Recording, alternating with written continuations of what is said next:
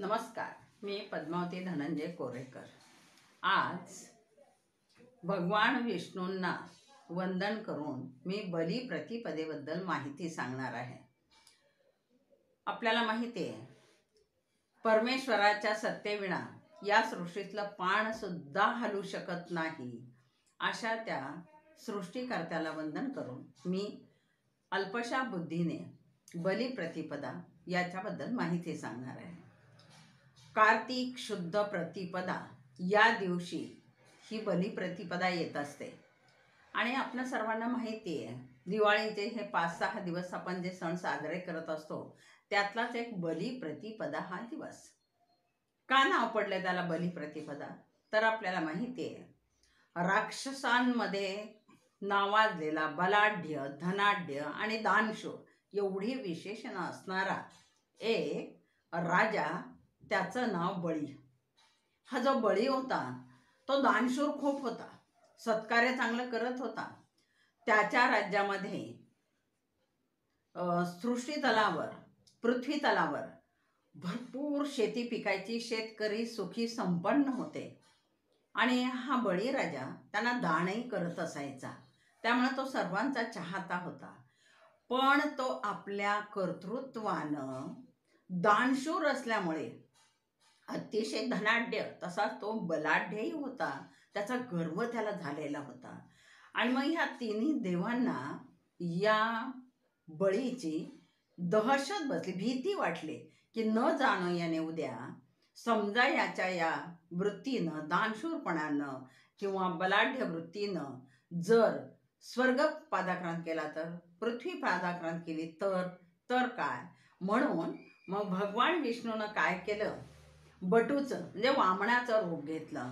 विष्णूच्या दशावताराच्या कथा आपल्याला सर्वात माहिती आहे। आणि ब्राह्मणाचं रूप घेऊन तो बळीच्या घरी गेला, दारात गेला।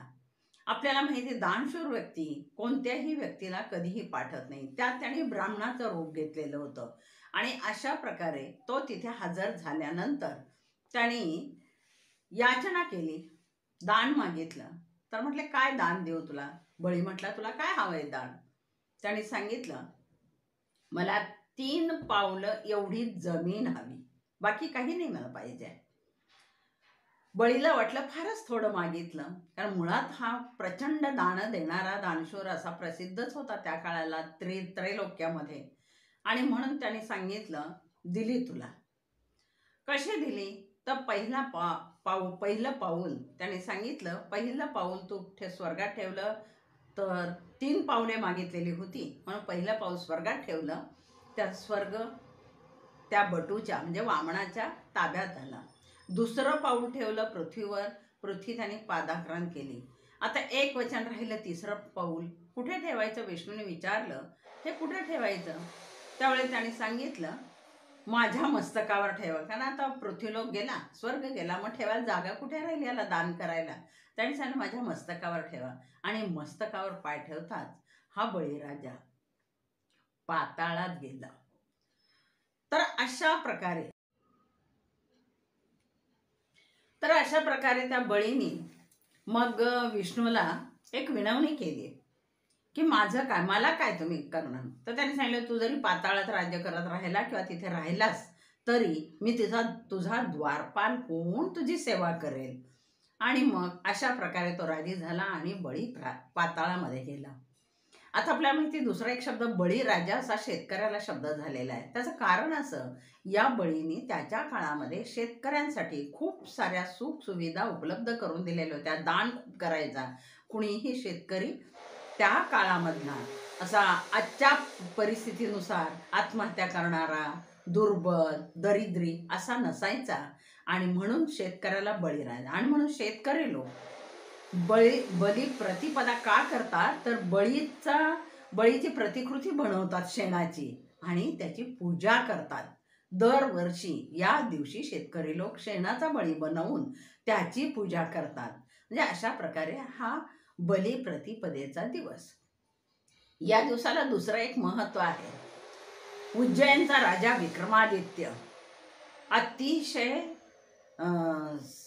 सज्जन, सामर्थ्यशाली आणि उदार असणारा, पराक्रमी असणारा राजा विक्रमादित्य याचा राज्याभिषेक याच दिवशी झालेला आहे. आणि म्हणून या कार्तिक शुद्ध प्रतिपदेच्या दिवशी विक्रम संवत्सर सुरू होतं. म्हणून परमार वंशातले लोक संपूर्ण भारत देशातल्या नव्हे, त्यांना दुसरं नाव असे पवार वंश. तर या सर्वांचा असणारा तो राजा, तर त्यांनी विक्रम संवत्सर या दिवशी सुरू केलं आणि ते त्याप्रमाणे पाळतात. तिसरं या दिवसाचं आणखीन एक महत्त्व आहे. हिला द्यूत प्रतिपदा असं म्हणतात. शंकर आणि पार्वती जेव्हा द्यूत खेळायला बसलेले होते, त्यावेळेला पार्वतीनं शंकराला द्यूतामध्ये हरवलेलं होतं. म्हणजे आजच्या काळामध्ये आपल्याला माहिती आहे, स्त्रियांची अवहेलना केली जाते, त्यांना दुय्यम स्थान दिलं जातं, किंबहुना किंमत नसते. परंतु त्या काळापासून भारतीय संस्कृतीमध्ये शंकर प्रतिपदा नाही म्हटलेलं, तिचा विजय झाला म्हणून ती द्यूत प्रतिपदा पार्वतीच्या नावानं सुरू केलेली आहे. आणखीन महत्त्वाचा दिवस म्हणजे गोवर्धन प्रतिपदा असंही म्हणतात. कारण आपल्याला माहिती आहे, श्रीकृष्णाची कथा बऱ्याच वेळा आपण ऐकलेली आहे. आणि ज्या वेळेला सर्व गोपाळ लोक किंवा गोप किंवा या श्रीकृष्णाचे सवंगडी आणि आम जनता त्यावेळची श्रीकृष्णाच्या काळातली ही इंद्राची पूजा करत असायचे. कारण इंद्रवरुणाकरवी पाऊस पडतो असं सांगितलं जायचं आणि म्हणून त्याची. पण भगवान श्रीकृष्णानं सांगितलं की ती अंधश्रद्धा आहे. तशा पद्धती न करता पाऊस जो पडतो तो निसर्ग कृपा म्हणजेच आपल्या निसर्गातला घटक गोवर्धन पर्वत, झाडं, वृक्षराजी यांच्यामुळे पडत असतो. आणि म्हणून बऱ्याच ठिकाणी शेणाचा गोवर्धन बनवतात, शेणाचे गोप बनवतात आणि त्याची पूजा केली जाते. म्हणून या दिवसाला गोवर्धन प्रतिपदा असंही म्हटलं जात होतं. आणखीन एक महत्त्वाची आणि आनंदाची गोष्ट म्हणजे रामाचा राज्याभिषेक सुद्धा याच दिवशी झालेला होता. आणि म्हणून या दिवसाला सर्व लोक पवित्र मानतात. सगळ्यात महत्त्वाची गोष्ट असं आहे, आपल्याला माहिती आहे की पाडवा, याला दिवाळी पाडवा का म्हणतात. तर भारतीय संस्कृतीमध्ये जी कुटुंब व्यवस्था आहे समाजामधली आपली, ती अखंड आणि अबाधित राहावी म्हणून कुटुंबातल्या स्त्रिया आपल्या पतीला या दिवशी औक्षण करतात. सर्व स्त्रिया, अगदी नवविवाहिता असतील, प्रौढ असतील किंवा वृद्ध झालेल्या असतील, त्या आपल्या पतीला औक्षण करून चांगलं आयुष्य मागत असतात, शतायुषी भव म्हणत असतात आणि आरोग्यदायी संपन्न असं जीवन लाभावं अशी मनोकामना पूर्ण करून आपल्या पतीचं त्या औक्षण करतात. आणि मग पती पण तिच्या ताटामध्ये औक्षण केल्यानंतर तिला जे हवं इच्छेनुसार, अल्पसं असेल, प्रचंड भरपूर असेल किंवा आणखीन जादा काही असेल, ते ओवाळणी म्हणून त्या ताटामध्ये देत असतात. अशा प्रकारे हा दिवाळीचा पाडवा, बली प्रतिपदा, द्यूत प्रतिपदा की असे वेगवेगळ्या नावाने आपण, किंवा गोवर्धन प्रतिपदा असं वेगवेगळ्या नावाने साजरी होणारी कार्तिक शुद्ध प्रतिपदा. आणि महाराष्ट्रामध्ये तर आपल्याला माहिती आहे, विष्णूचाच अवतार ज्या पंढरपुरामध्ये प्रति पंढरपूर नव्हे, वैकुंठ ज्या भूवर अवतरलेला आहे ते पंढरपूर, इथे विठ्ठलानं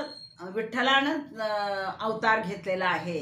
आणि आम जनता महाराष्ट्रातली या दिवशी सुद्धा या विठ्ठलाला ओवाळायला तिथे पंढरपुरात हजर होत असतात. ती कामना हीच करतात, माझ्या पतीला, स्त्रिया म्हणत असतात, माझ्या पतीला उदंड आयुष्य लाभू दे, चांगलं आरोग्यदायी आयुष्य लाभू दे आणि आम जनता सुखी संपन्न होऊ दे अशी मनोकामना करत असतात. अशा प्रकारे हा जो बली प्रतिपदेचा दिवस आहे त्याला कार्तिक शुद्ध प्रतिपदा म्हटलेलं आहे. आणि शेवटचं सगळ्यात व्यापारी मंडळी जी आहे ती काय करत असतात, त्या दिवशी आपलं पूजन केलेलं असतं. लक्ष्मीपूजनाच्या दिवशी वह्यांचं, चोपड्यांचं बरेच जण त्या दिवशी न करता पाडव्याच्या दिवशीच करत असतात. व्यापारी मंडळी लक्ष्मीला आवाहन करत असतात आणि लक्ष्मीला आवाहन केल्या भरभराट होऊ दे, चांगला धंदा चालू दे, व्यापार होऊ दे म्हणून मनोकामना करून त्याच्या शुभम भवतु असं आपल्या चोपडीवर, वहीवर लिहितात आणि लक्ष्मीला आवाहन करतात. म्हणून हा दिवस 3.5 मुहूर्तापैकी धरला गेलेला हा दिवस. दसरा, गुढीपाडवा, अक्षय तृतीया, दिवाळी पाडवा. या दिवशी नवीन शाळा काढायच्या असतील, नवीन हॉटेल करायचे असतील, काही वेगवेगळे व्यवसाय सुरू करायचे असतील किंवा एखादी कंपनी चालू करायची असेल की अगदी छोटासा काही कारोबार असेल आपला तो करायचा असेल तर या दिवशी लोक करत असतात, कारण इथे मुहूर्त पाहण्याची गरज नसते. तर अशा प्रकारे तुम्हा आम्हा सर्वांना हा दिवाळीचा पाडवा गोड होवो असं म्हणून आणि भगवान विष्णूंना वंदन करून माझे मी 2 शब्द थांबवते. जय हिंद, जय महाराष्ट्र, जय श्रीराम.